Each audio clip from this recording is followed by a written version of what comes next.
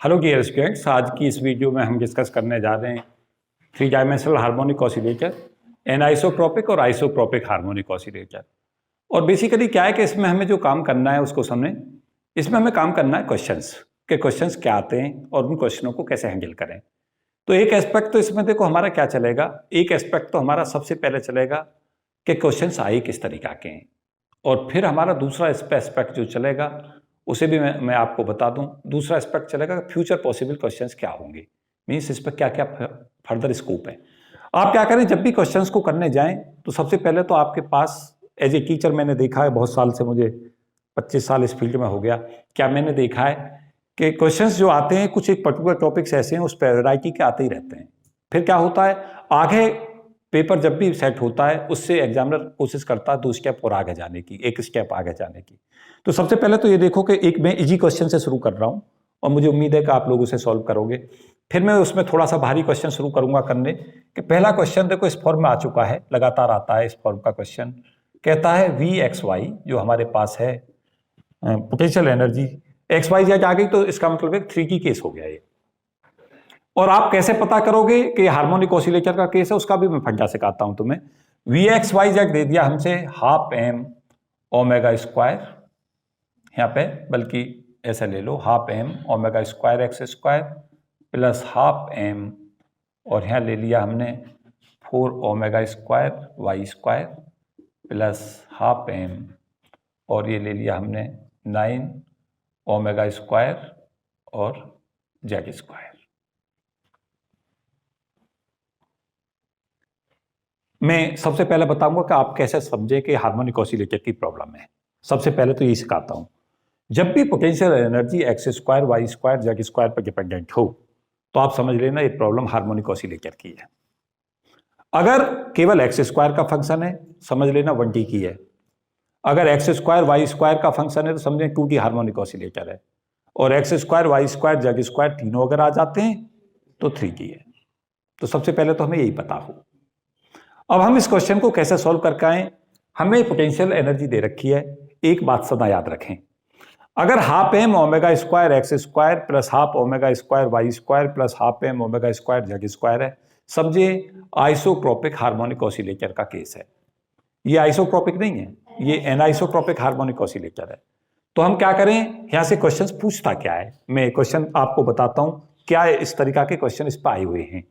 पूछता है इस केस के अंदर आप क्या करें, एनर्जी निकालें ग्राउंड स्टेट, फिर कहता है एनर्जी निकालें फर्स्ट एक्साइटिक स्टेट, फिर कहता है एनर्जी निकालें ACS सेकंड एक्साइटिक स्टेट, फिर कहता है एनर्जी निकालें कौन सी स्टेट आएगी, फर्स्ट सेकंड थर्ड एक्साइटिक स्टेट।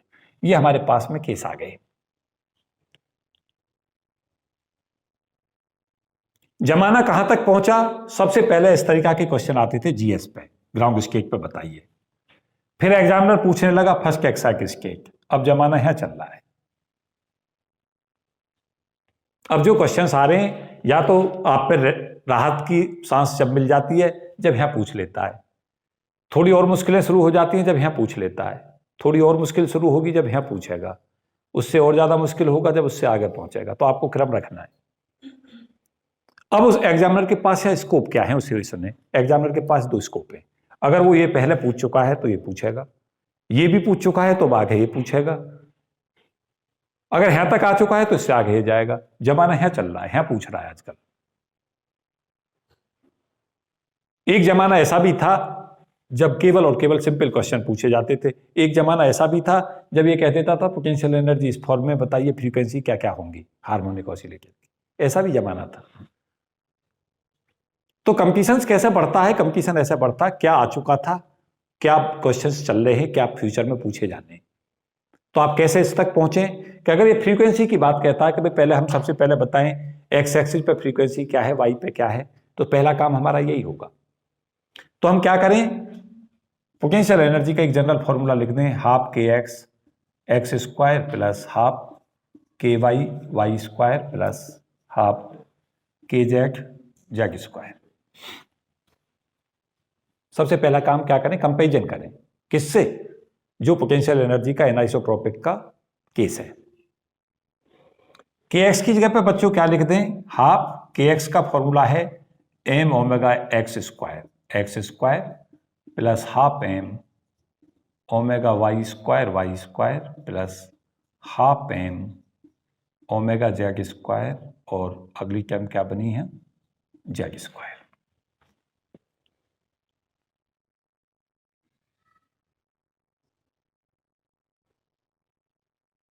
कोई बच्चों दिक्कत है? अब इनकी आपस में कंपैरिजन करें। कंपैरिजन, जैसे आप कंपैरिजन करेंगे तो यहां से आपको पता चलेगा, ये टर्म इसके कंपैरिजन में जब जाओगे तो आप लिख पाओगे omega x square equal to omega square.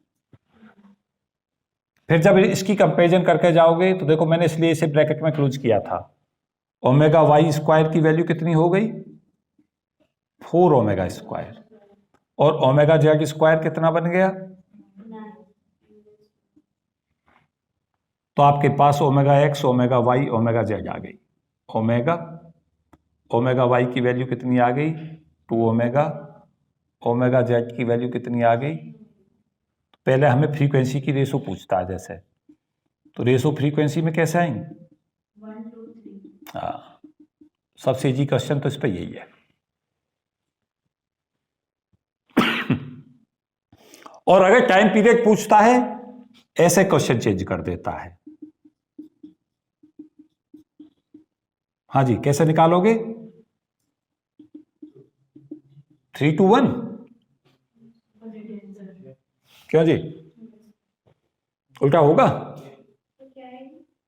Time period. देखो कुछ गलत हो रहा हो तो सही करो इसे। हाँ जी, ओमेगा कैसे चलता है, रिवर्स में जाएगा, तो रिवर्स में कैसे लोगे, 1/tx 1/ty और 1/tz किस रेशो में हो गए, 1 to 3, और tx ty और tz कैसे लोगे, अब 1/2 इस रेशो में आएंगे ये, क्यों जी, ये आएगा आंसर। यहाँ पे ये आंसर सही नहीं है, ये किस में गया आंसर, यहां से आंसर हटाओ इसे, क्या बना 6.632 अपॉन 6 को नहीं लेते, वो तो केवल क्योंकि तो कॉमन हो गया ना सब में, तो रेशो के लिए क्या ले लोगे, केवल 632, क्योंकि वो तो तीनों के साथ अटैच है। ये आंसर होगा इसका। बात समझ पाए, ऐसे नहीं करते कि जस्ट ऐसे रिवर्स में लिख दिया, क्योंकि ओमेगा की वैल्यू 2π/t होती है। तो एक तो क्वेश्चन ये पूछा जा चुका है इस तरीका का, और टाइम का मैं उम्मीद कर रहा हूं कि आगे पूछेगा।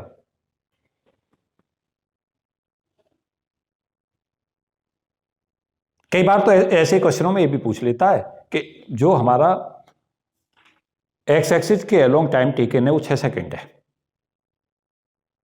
कहता है वाई एक्सिस और जेड एक्सिस पर टाइम टेकन क्या होगा, तो 6 सेकंड है, तो 6 3 और 2 की रेशो में है, तो 3 सेकंड इधर होगा, 2 सेकंड इधर होगा।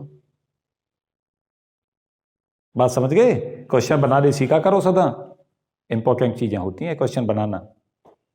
नहीं समझ पाई बात, हाँ, अगर 6 सेकंड है टी एक्स, तो समझो टी वाई और टी जेड जो है 3 सेकंड और 2 सेकंड होंगे, उसी रेशो के हिसाब से बांट दो। हाँ, मल्टीपल पे दे सकता है, बिल्कुल दे सकता है। सदा ध्यान रखो, क्वेश्चंस तो ऐसे ही बनते हैं, ऐसे ही बनते हैं क्वेश्चन। पहले फ्रीक्वेंसी पूछी थी, आपका टाइम पीरियड पूछ लिया। उसके बाद आप एनर्जी के फॉर्मूले पे जाएंगे। एनर्जी का फॉर्मूला हम कैसे लिखते हैं बच्चों, एनर्जी हमारी होगी यहाँ nx plus half h cut omega x plus ny plus half h cut omega y plus nz plus half h cut omega Z.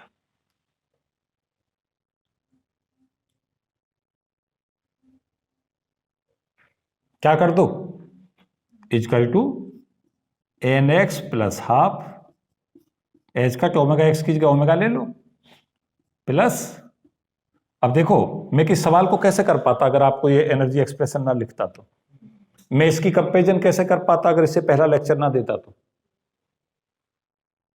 तो आपको खुद ही पता चलेगा कि आप बगैर थ्योरी के अप्लाई नहीं कर सकते, आपको थ्योरेटिकल कंसेप्ट सब पता ही होने चाहिए। Plus n z plus half और एच कट और 3 ओमेगा। ये एनर्जी फॉर्मूला हो गया।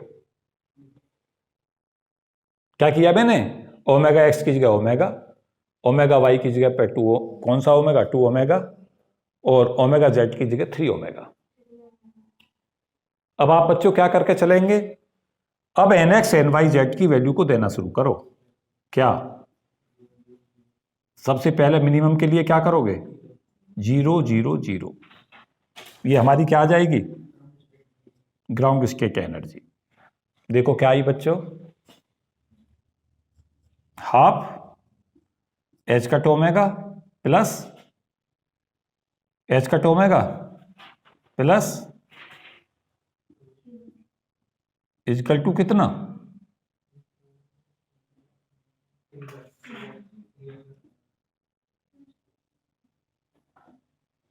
पहला काम पूरा हो गया तुम्हारा। ग्राउंड स्टेट एनर्जी इसकी कितनी होगी? 3 एच कट ओमेगा होगी।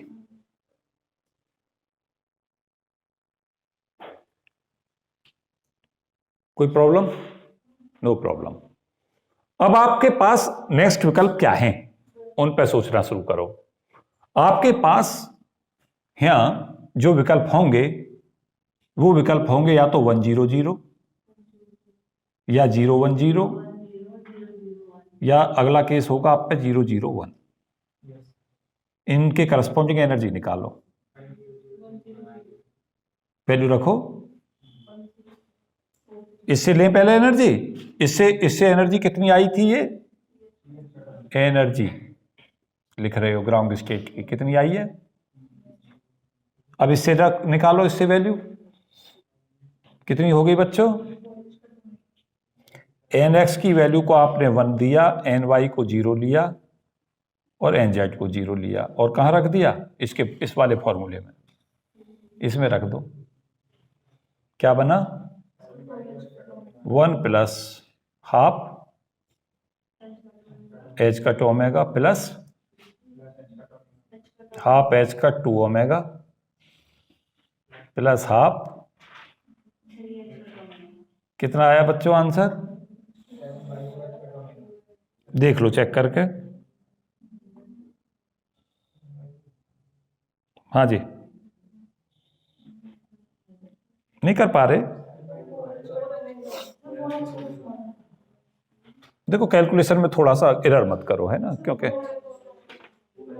4 एच कट ओमेगा, एरर मत करना कैलकुलेशन में। अगर एरर करोगे तो फिर हमारी वीडियो गड़बड़ होती है, क्योंकि आप लाइव दे रहे हो। तो क्या करो, थोड़ी अटमोस्ट केयर से कर लो। 3/2 H cut omega,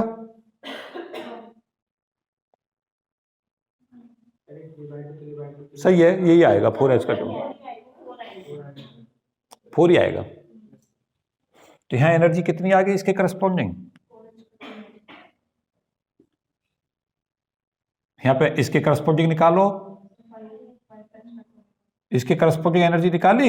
N x की वैल्यू को यहां 0 रखो, एन वाई को 1 रखो और एन जेड को 0 रखो। क्या आया बच्चों आंसर? 0 0 1 से निकालो। श्योर? चेक कर लेना आंसर, देखना चेक किया अगर आपने तो कर लिए। सबके सही आ रहे हैं, मैच कर लो।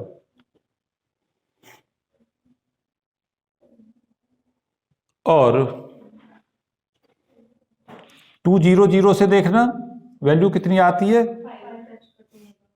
2 0 0 रखने पर। देखी निकाल के, एन एक्स की वैल्यू को 2, एन वाई की वैल्यू को 0, एन जेड की वैल्यू को 0 वैल्यू दी। एनर्जी कितनी बता रहे हो इसके करस्पॉन्डिंग? इसमें पुट करने के बाद चेक कर लो एक बार फिर से।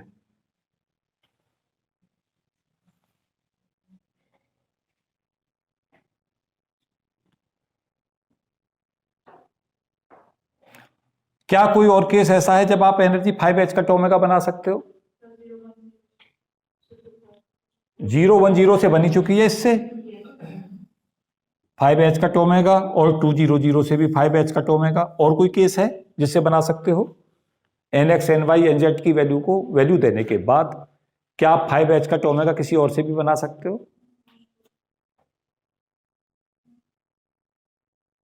पहले कंडीशन बना लो nx ny nz की। नहीं बना पा रहे हो? 4h का ओमेगा किसी और तरीका से बना सकते हो इस कंडीशन से अलावा? 100 से nx की वैल्यू 1, ny की वैल्यू 0, nz की वैल्यू 0। इससे अलग कुछ और तरीका है आपके पास बनाने का?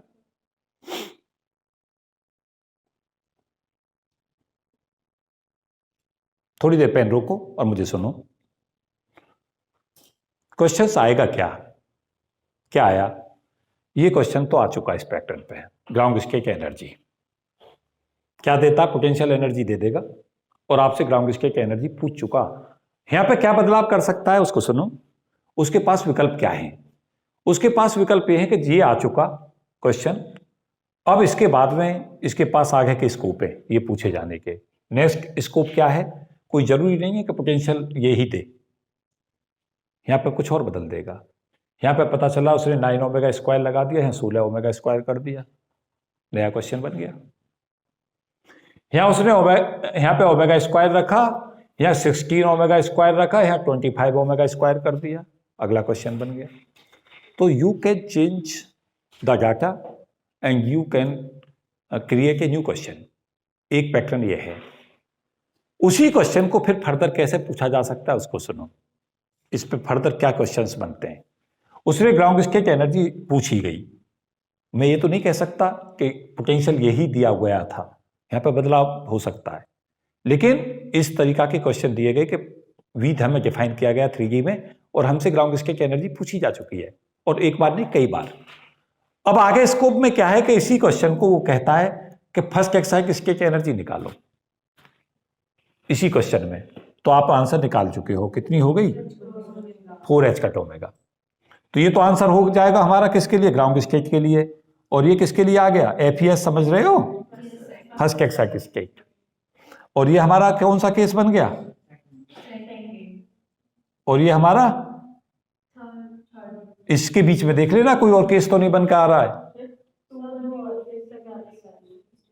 आपको यही देखना होता है कि आप nx ny nz की वैल्यू को रखते चले जाएं, मिनिमम एनर्जी जो होगी वो ग्राउंड स्टेट होगी nx ny nz की, और nx ny nz के करस्पॉन्डिंग अगला जो एनर्जी लेवल आएगा, जो ग्राउंड स्टेट से तो एनर्जी ज्यादा रखेगा लेकिन उससे ही ऊपर एनर्जी होगी, वो उसकी फर्स्ट एक्साइट स्टेट एनर्जी होगी।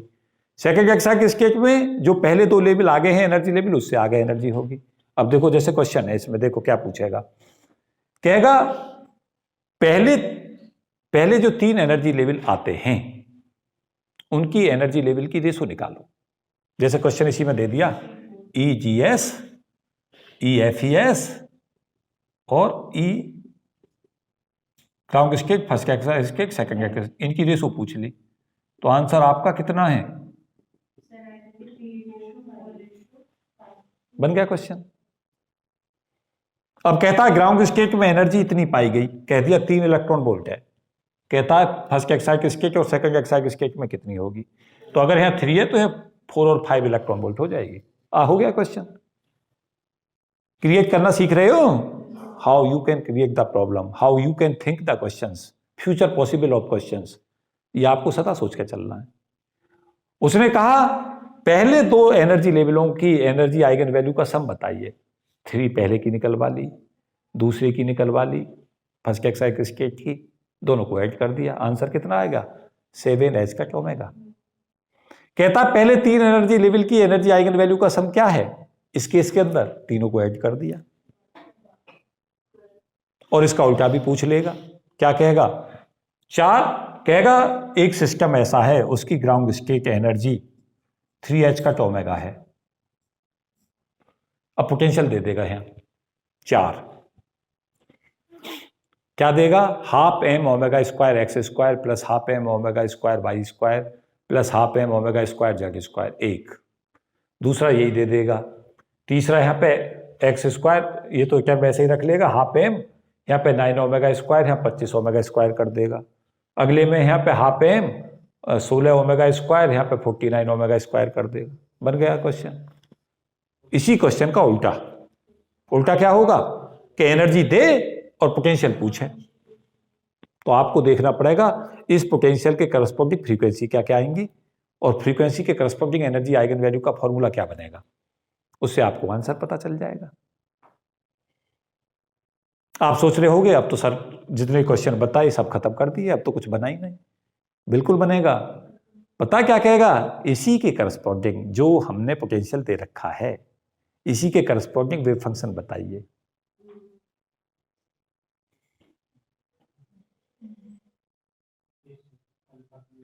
अब आपको पता है क्या कह रहा है, alpha x alpha Y alpha Z आपको M omega X upon H का के स्क्वायर पे तो अल्फा एक्स निर्भर करता है और वो एम ओमेगा वाई एच का के स्क्वायर पे करता है, तो alpha x alpha Y alpha z पता चल जाएंगे और फिर वेव फंक्शन के मल्टीप्लिसिटी प्रॉपर्टी पे अप्लाई करके जब लिखोगे आंसर। सीख गए बात, नहीं सीखे? Wave function. अब आपको 4 एस्पेक्टों पे क्वेश्चन सोच के चलने हैं। क्या? पोटेंशियल देगा, ग्राउंड स्टेट कैलकुलेट कैसे करेंगे, फर्स्ट कैसे करेंगे, सेकंड कैसे करेंगे, थर्ड कैसे करेंगे, एक पैटर्न। दूसरा एनर्जी आइगन वैल्यू देगा, पोटेंशियल एनर्जी पूछेगा, उसे कैसे करेंगे। और पोटेंशियल एनर्जी देगा, वेव फंक्शन कैसे पता करेंगे, तीसरा क्वेश्चन। और चौथा, जब यहां पे पोटेंशियल को बदलेगा लगातार, कुछ और वैल्यू देगा। देखो मैं इसी क्वेश्चन को चेंज करे देता हूं और तुमसे क्वेश्चन देखो नया बना देता हूं। कहा मैंने एक पोटेंशियल ये दे रखा है, मैं दूसरा दिए देता हूं, ये डाटा नंबर 1 है। मैं दूसरा डाटा दिए देता हूं पोटेंशियल का, V X Y Z is equal to half M omega square x square plus half M 9 omega square Y square plus half M 16 omega square Z square. ये डाटा 2 दे दिया। अब क्या कहूंगा, यहां पे ग्राउंड स्टेट और यहां पे ग्राउंड स्टेट एनर्जी का रेशो बताइए। यहां पे कहा इसके करस्पॉन्डिंग EGS1 और इसके corresponding ground state energy EGS2 की रेशो क्या होगी। बन गया क्वेश्चन। 2 पोटेंशियल अलग अलग दे दिए, एक ये दिया एक दूसरा दे दिया इसके सिमिलर। और क्या कहा, ग्राउंड स्टेट एनर्जी की रेशो बताइए दोनों में। आया नहीं, लेकिन जमाने में ये आएगा। कब आएगा मुझे नहीं पता, 2 साल में आए, 4 में आए, 5 में आए, लेकिन आगे जब कंप्यूटर दुनिया में तुम जाओगे तो ऐसे ही क्वेश्चन पूछे जाएंगे। जब क्या कहेगा, 2 पोटेंशियल दे देगा और पहले के करस्पॉन्डिंग कहेगा ग्राउंड स्टेट एनर्जी EGS1 है, दूसरे के corresponding ground state energy EGS2 है, इनकी रेशो निकालो। तुम सोचोगे कुछ बड़ा काम करोगे, कुछ नहीं करोगे, इसी फॉर्मूले पे जाओगे। एक बार इसके लिए ओमेगा एक्स की वैल्यू ओमेगा लिए, ओमेगा वाई की वैल्यू 2 ओमेगा, ओमेगा जेड की वैल्यू 3 ओमेगा, इसके करस्पॉन्डिंग यहाँ बदल जाएगी। ओमेगा एक्स यहाँ ओमेगा रहेगा, omega Y 3 omega, omega Z 4 omega, वो इसके करस्पॉन्डिंग लोगे। 2 एनर्जी के फॉर्मूले हो गए, दोनों में NX NY NZ की वैल्यू को 0 0 0 रख दोगे। पहले की तो निकली हुई है, दूसरे की निकाल लोगे, दोनों की रेशो डिवाइड कर दोगे। कम समझे बात। तुम कहोगे सर क्या आगे स्कोप खत्म हो जाएंगे क्वेश्चन के, मैं कहूंगा अभी यहां तक नहीं पहुंचा, फिर जमाना आएगा, फिर क्या करेगा, तीसरा पोटेंशियल फिर से लाएगा। क्या करेगा, 3 पोटेंशियल अलग अलग देगा और क्या कहेगा, अब तीनों की ग्राउंड स्टेट की रेशो एनर्जी आइगन वैल्यू की रेशो निकालो। पहले 1 पे था, फिर मैंने 2 के लिए बताया तुम्हें, फिर 3 के लिए बताया। कम समझे बात, सीख रहे हो? ऐसे बनेंगे क्वेश्चन फ्यूचर के, जहां कब बनेंगे ये तो मुझे नहीं पता, लेकिन बनेंगे। आगे एग्जामिनर ही जाएगा जब क्या करेगा, पोटेंशियलों को चेंज करेगा और उसके करस्पॉन्डिंग ग्राउंड स्टेट एनर्जी की रेशो।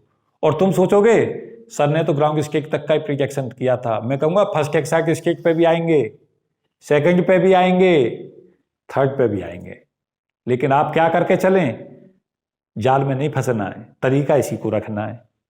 जब हमारे पास में दो पोटेंशियल होंगे तो दोनों के लिए एनर्जी आइगन वैल्यू के फॉर्मूले होंगे। ऐसे भी जमाना आएगा जब कहेगा कि यहाँ पे पोटेंशियल ये है, यहाँ इतना है, यहाँ पे ग्राउंड स्टेट वैल्यू EGS1 और यहाँ पे इसकी EFES फर्स्ट एक्साइट स्टेट जो सेकंड केस में, इनकी रेशो निकालो। ऐसे भी आएंगे, कब आएंगे ये मुझे भी नहीं पता है, लेकिन मैं एग्जामिनर को भी फ्यूचर स्कोप दे रहा हूं क्या, कि तुम्हारे पास क्वेश्चनों की कोई कमी नहीं। बच्चे सदा दुखी रहने वाले हैं फिजिक्स से, ये बिल्कुल ना सोचें कि स्कोप खत्म होने वाले हैं। आगे क्वेश्चनों के लॉट ऑफ स्कोप है। तुम कहोगे सर पोटेंशियल पे पूरे दिन क्वेश्चन बनाते रहो तो मैं हजारों क्वेश्चन बना के दे दूंगा, नहीं। लेकिन तुम मुझसे कहोगे कि कुछ नया चेंज हुआ है, मैं कहूँगा कोई चेंज नहीं हुआ, पैटर्न वही था सेम। पैटर्नों में बदलाव नहीं है, आपके सोचने में बदलाव हो सकता है। आप क्या करें, पोटेंशियल की जनरल फॉर्मूले से कंपैरिजन करना सीख लें, एनर्जी आइगन वैल्यू ले लें, एनर्जी आइगन वैल्यू कैलकुलेट करना सीख लें सब केसों में। और उसमें ये भी देखते चले जाएं कि जब ग्राउंड स्टेट से हम फर्स्ट एक्साइट स्टेट वैल्यू लेते हैं, सेकंड एक्साइट स्टेट लेते हैं, तो एक चीज जो तुम्हें सदा दिमाग में सोच के चलनी है, ये कभी भी ना सोचें कि NX NY NZ की जब हम वैल्यू लेके चलेंगे तो एक सर्टेन रूल बना सकते हैं। कई बार तो ऐसा केस होगा कि पता चला NX और NY NZ की जब तुम वैल्यू लेके चल रहे हो तो बच्चे जनरली क्या कर रहे होते हैं, ऐसा केस लेके चलते हैं, पहले 0 0 0 वैल्यू लेते हैं, फिर 1 0 0 0 1 0 0 0 1 लेते हैं। कई बार तो ऐसा होता है कि पता चला 0 1 0 या 0 0 1 में जो एनर्जी आइगन वैल्यू है वो ज्यादा आ गई और 3 0 0 में कम आ रही है। तो जहां कम आ रही है उसी ऑर्डर से आपको एनर्जी आइगन वैल्यू को बढ़ाते जाना है। ये आपको फंडा सदा याद रखना है, नहीं तो क्वेश्चन गलत होंगे आपके। बात समझ आती है नहीं आती? अभी चलता रहेगा ये, अभी ये मत सोचो, अभी तो शुरुआत है, इसे एंजॉय करो, बढ़िया बढ़िया टॉपिक है काफी। फिर आगे आप क्या इस पे सोच सकते हैं, उसके अलावा हो सकता है जो कि एक बहुत मुश्किल काम है, दुर्ही काम है। एग्जामिनर सदा क्वेश्चन में ये कोशिश कर रहा होता है कि जब वो पेपर सेट करता तो ऐसा नहीं है कि मुश्किल क्वेश्चन वो क्रिएट नहीं कर सकता, कर सकता है। वो मुश्किल इसलिए नहीं करता क्रिएट ज्यादा क्योंकि वो घड़ी को भी समझता है, क्या बच्चा इसमें 15 मिनट तो नहीं लगा देगा। पेपर बैलेंस पेपर किसको कहते हैं कि वो क्वेश्चन भी अच्छा हो और वो कम समय में सॉल्व भी हो जाए। लेकिन टफ एग्जाम क्यों होते जा रहे हैं वो मैं तुम्हें बताऊं। बच्चे ग्राउंड स्टेट पे क्वेश्चन आए तो ग्राउंड स्टेट पे रुक जाते हैं, क्या नहीं सोच रहे होते कि ग्राउंड स्टेट तो आ चुका, अब तो आपको फर्स्ट सोचना है, सेकंड सोचना है, थर्ड जाना है, फोर्थ तक जाना है। जब आप वहां तक सोचना शुरू कर देते हैं तो आप पहले से मेंटली तैयार रहते हैं। फिर आप क्वेश्चन को पढ़ते ही उसमें सबसे पहले ये पढ़ेंगे कि पोटेंशियल तो ये दे दिया, अब उसमें सबसे पहले बच्चा ये पढ़ेगा जिसने प्रैक्टिस की है कि थर्ड एक्साइटिंग में पूछ रहा है, ये सेकंड में पूछ रहा है, फोर्थ में। पढ़ते ही क्वेश्चन को समझ लेगा कि देखो क्वेश्चन आ गया भाई। अब उसमें जो नहीं करके जा रहा पहले से तैयारी, वो वही सोचेगा अरे ये तो यार मैं तो ग्राउंड का पता था, मुझे तो पता ही नहीं फर्स्ट सेकंड कैसे निकालते हैं, उसे फिर दिक्कत होती है। तो यही अंतर होता है कंपटीशंस के क्वालिफायर में और नॉन क्वालिफायर में। तो यहाँ तक कोई दिक्कत हो तो मुझे बताओ जल्दी से, नहीं ना कर लोगे ऐसे क्वेश्चन। उसके अलावा आप वेव फंक्शन बनाना सीखें। वेव फंक्शन हम कैसे लें, जैसे मैं कुछ क्वेश्चन चाहता हूं वेव फंक्शन पे बनाऊं, ऐसा नहीं है। मैं सदा मेरा माइंड एक ही चीज पकड़ने की कोशिश करता है। जब भी मैं अप्लाइड में जाता हूं मैं सदा कोशिश कर रहा होता हूं कि फ्यूचर पॉसिबिलिटी जरूर पता हूं बच्चों को। और बहुत खुशी मिलती है खासतौर से जब पता चला जो फ्यूचर पॉसिबिलिटी पे हम बात कर रहे होते हैं वो क्वेश्चन ऐसे के ऐसे पेपर में मिलते हैं, तो मिलता है कि हमने एग्जामिनर का जो चक्र है उसे पहले ही तोड़ रखा है। तो कंपटीशंस की तैयारी कराने में बस एक ही सबसे बड़ी चीज होती है कि बच्चों को कैसे आप एग्जामिनर के चंगुल से बचाते हो, ये टीचर के लिए चैलेंजिंग होता है। एग्जामिनर तो सदा ही फांसने की कोशिश करता है। देखो दुनिया के अंदर सिलेक्शन के लिए एग्जाम होते हैं, लेकिन लगते वो सिलेक्शन के लिए, वो सिलेक्शन के लिए नहीं होते, रिजेक्शन के लिए होते हैं। तो मुझसे पूछोगे सर रिजेक्शन के लिए क्यों होते हैं? लाखों लोग अपीयर करते हैं एग्जामों में, जो भी मेन एग्जाम है। हालांकि नेट में तो ऐसा नहीं है, 20-30 हज़ार तक की नेट में जनरली बच्चे बैठते हैं। लेकिन उसमें क्या होता है, क्योंकि नेट में कंपटीशन इसलिए बढ़ जाता है कि जो बैठते हैं सब MSc होते हैं, तो उनका एक अपने आप में लेवल होता है। MSc फिजिक्स अगर किसी ने किए तो एक लेवल होता ही है बच्चे का। उसमें क्या होता है, कुछ लोग अप्लाई में बहुत तेज दिमाग चलाते हैं, चाहे उनके मार्क्स कम रहे हों, लेकिन अच्छा अप्लाइड दिमाग चलाते हैं, उनके लिए सिलेक्शन आसान होते हैं। कुछ लोग अप्लाइड में दिमाग ही नहीं चलाते, उन्हें रचंत तो आती है, रख लेते हैं, लेकिन रचंत यहाँ फेल हो जाती है। क्यों? पोटेंशियल बदल देगा। आपने दूसरे पोटेंशियल का क्वेश्चन रख लिया, वहाँ पोटेंशियल बदल गया। आपने ग्राउंड स्टेट एनर्जी तक सीख लिया, आपने आगे के एनर्जी लेवल ना निकालने सीखे। जब आप क्वेश्चनों के पैटर्न को समझते हैं कि पैटर्न समझो और क्वेश्चन आप क्रिएट करना शुरू कर देते हैं, तो आपको ये पता होता है कि एग्जामिनर की आप पहले से पहले ही जो एग्जामिनर आपको फंसाने वाला है क्वेश्चन में, आप उसको पहले से पहले ही तैयार कर चुके हैं। मैं देखता हूं आप कैसे क्वेश्चन हैंडल करते हैं। अगला मैं प्रॉब्लम नंबर 2 लेता हूं। हालांकि तुम्हें पहला क्वेश्चन एक ही क्वेश्चन लगा होगा, लेकिन वो एक नहीं था, उसमें कम से कम 10 क्वेश्चन छिपे हुए थे।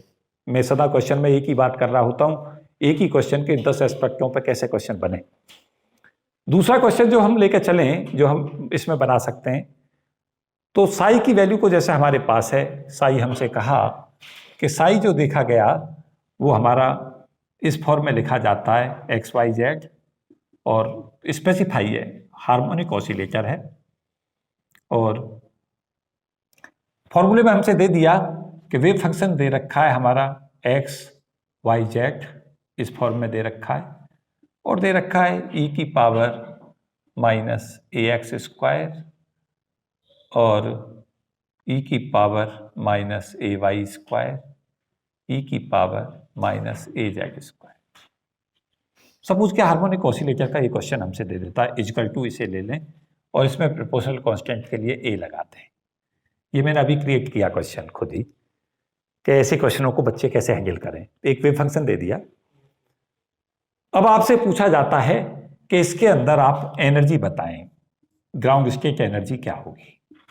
आप इसके अंदर कैलकुलेट करें फर्स्ट एक्साइटेड स्टेट एनर्जी क्या होगी, आप इसके अंदर कैलकुलेट करें एस क्या होगा, आप कैलकुलेट करें थर्ड एक्साइटेड स्टेट। देखो मैं, अब आपने देखा होगा मैं यहीं पर नहीं रुकता कभी क्वेश्चन में, मैं आगे तक का स्कोप छोड़ता हूं सदा, जिसके चलते क्या हो कि आप केवल ग्राउंड और फर्स्ट पे ही ना रुक जाएं, सेकंड थर्ड फोर्थ तक सब तैयार रखें खुद को।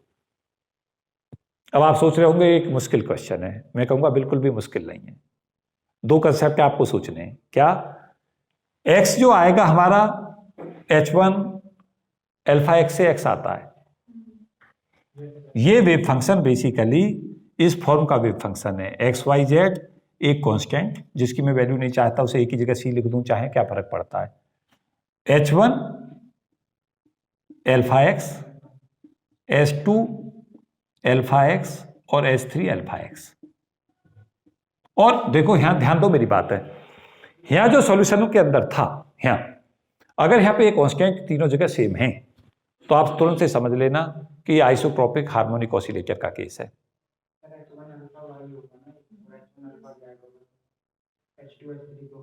नहीं, अल्फा तो मैंने इस कांस्टेंट में ले लिया सी में। h1 क्यू की जो वैल्यू होती है, मैं साथ साथ तुम्हें बता दूं, h1 क्यू जो होता है वो 2q होता है, और h1 क्यू की जगह पे मैंने अल्फा x ले लिया, तो हमारा क्यू की जगह जैसे ही अल्फा x लोगे तो 2 अल्फा x आ गया। तुम कहोगे ये 2 अल्फा में चल, ये जो हमारा इस कांस्टेंट सी में चला जाएगा ना सारा, हमारी डिपेंडेंसी तो यहां से आ गई ना x पे। यहां से हमें ये पता चल गया कि ये टर्म जब आएगी जब हम h1 अल्फा x लेंगे, ये टर्म हमारी जब आएगी जब हम h1 अल्फा y लेंगे, ये टर्म हमारी जब आएगी जब हम h1 अल्फा z लेंगे। तो nx ny nz की वैल्यू पता चल गई है रही है।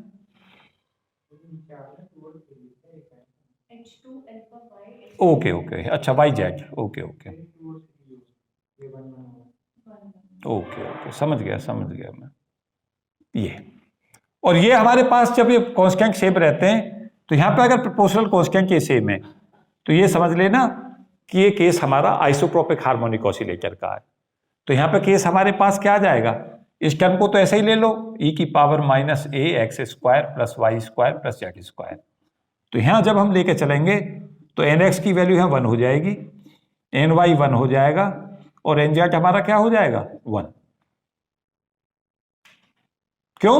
ध्यान दो मेरी बात, h1 अल्फा x की जो वैल्यू है, h1 q जो होता है वो 2q होता है, हार्मोनिक पॉलिनोमियल h1 q की वैल्यू, q की जगह आपने अल्फा x ले लिया तो ये 2 अल्फा x हो गया। तो h1 जो है वो x के प्रोपोर्शनल है, S2 y के H1 अल्फा y जो है वो y के प्रोपोर्शनल है। जब हम H1 अल्फा y लेंगे तो ये हमारा आ जाएगा 2 अल्फा y, और H1 अल्फा z जो लेंगे वो क्या आ जाएगा, तो यहाँ पे प्रोपोर्शनल कांस्टेंट में देख रहे हैं ये x के प्रोपोर्शनल, ये y के, ये z के। इसका मतलब nx ny nz पता चल गए हमें यहाँ कितने, 1 1 1। और omega x omega y omega z क्यों इक्वल लूंगा, बताना जरा, क्योंकि ध्यान दो मेरी बात है, यहाँ पे टर्म में क्या आता था, सॉल्यूशन में बताओ, ऐसा आता था,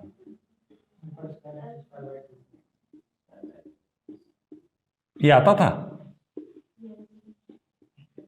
जब ये अल्फा एक्स स्क्वायर बाई 2 को मैं a ले लूंगा, अल्फा वाई स्क्वायर बाई 2 को भी a ले लूंगा, तो डिस्कशन जो हमारा इस वीडियो में चल रहा है वो यही है कि जो हम h1 alpha X, h1 alpha Y, h1 alpha Z यहाँ रखें, तो ये जो वैल्यू आएगी यहाँ से, ये हम जानते हैं कि h1q 2q होता है, तो यहाँ से कंपेरिजन में ये nx की वैल्यू 1, ny की वैल्यू 1, nz की वैल्यू 1 होगी, उसे यहाँ पे रखते हैं। और अगर यहाँ पे कांस्टेंट सेम है तो फ्रीक्वेंसी सेम ले लें। उसके बाद अगर हमें एनर्जी आइगन वैल्यू निकालनी है तो एनर्जी आइगन वैल्यू के लिए सिंपल फॉर्मूला यूज करें, nx plus ny plus nz plus 3/2 और h कट ओमेगा। उसके बाद क्या करें, ये वैल्यू तीनों यहाँ पे पुट कर दें, तो ये वैल्यू हमारी आएगी 3 प्लस 3/2 और h कट ओमेगा। तो यह हमारा आंसर कितना बन गया, 9/2 h कट ओमेगा, ये हमारा आंसर आ गया।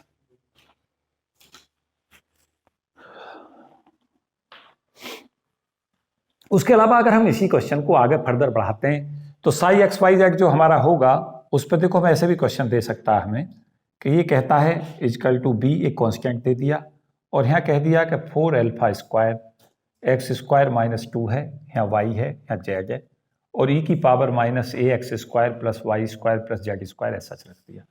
एक बात तो बच्चों सदा याद रखें कि X square Y square Z square का अगर कोफिशिएंट यहाँ सेम है तो वो हमारा आइसोट्रोपिक हार्मोनिक ऑसिलेटर होगा। तो यहाँ पे ओमेगा एक्स, ओमेगा वाई और ओमेगा जेड की वैल्यू को ओमेगा ले लें कुछ देर के लिए, तीनों को सेम लेके, क्योंकि यहाँ पे कांस्टेंट हमारा ए तीनों के साथ मल्टीप्लाई हो रहा है। उसके बाद क्या करें, यहाँ पे जो हमारा ये बनेगा वो हमारा मिलेगा S2 अल्फा एक्स से, ये जो टर्म्स हमें मिलेगी वो मिलेगी यहाँ से H1 और अल्फा वाई से, और ये जो टर्म्स मिलेगी वो मिलेगी H1 अल्फा जेड से, और बाकी एज सच। तो इसके केस के लिए nx की वैल्यू को 2 लें, ny की वैल्यू को 1 लें, nz को 1 लें।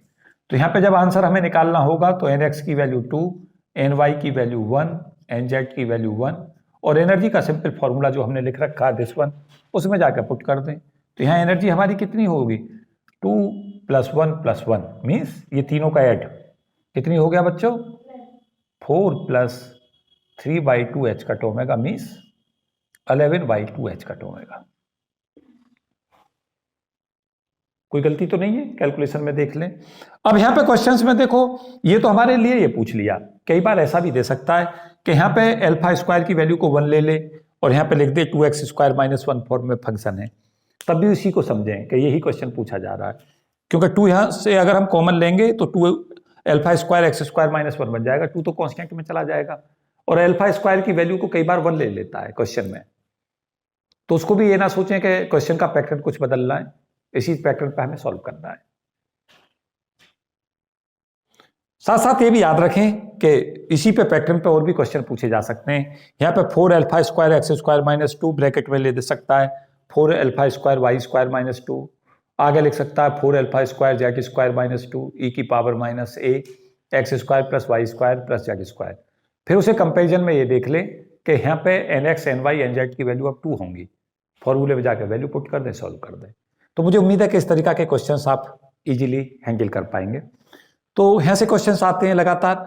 साथ साथ ये भी याद रखें कि वेव फंक्शंस पे जो हमारा एक पर्टिकुलर वेव फंक्शंस होता है उसके करस्पॉन्डिंग हमारी जो एनर्जी होती है, ऑलवेज जब भी हम सिस्टम्स की लेकर चलते हैं उसकी जो एनर्जी होती है एक वेव फंक्शन के लिए एक ही होती है, लेकिन डिफरेंट वेव फंक्शंस जो होते हैं हमारे, वो डिफरेंट वेव फंक्शंस भी सेम एनर्जी को रिप्रेजेंट कर सकते हैं।